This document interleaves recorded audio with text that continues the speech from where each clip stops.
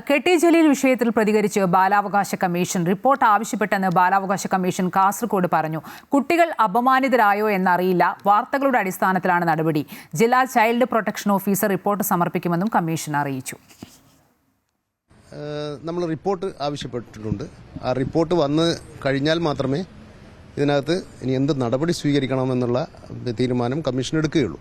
അത് സാധാരണഗതിയിലുള്ള ഒരു നടപടിക്രമമാണ്. എവിടെയും എന്തെങ്കിലും ഒരു ഇൻസിഡന്റ് ശ്രദ്ധയിൽപ്പെട്ടാൽ സ്വാഭാവികമായിട്ട് അതിനകത്ത് നമ്മൾ റിപ്പോർട്ട് ആവശ്യപ്പെടും. ആ റിപ്പോർട്ടിന്റെ അടിസ്ഥാനത്തിലാണ് ബാക്കി നടപടികൾ. കുട്ടികൾക്ക് അപമാനം ഉണ്ടായോ എന്നുള്ളതൊക്കെ നമുക്ക് വരുന്ന റിപ്പോർട്ടിനെ അടിസ്ഥാനമാക്കിയാണ് നമ്മൾ അത് പരിശോധിക്കുക. കമ്മീഷൻ അതിനകത്ത് സ്വമേധയാ കേസെടുത്തിട്ടുണ്ട്. തീർച്ചയായും ആ കാര്യങ്ങൾ ഞങ്ങൾ ഗൗരവത്തോടെ പരിശോധിക്കും. ഇന്ന് ഞാൻ ആ കുട്ടിയുടെ രക്ഷിതാക്കളെ കാണുന്നുണ്ട്.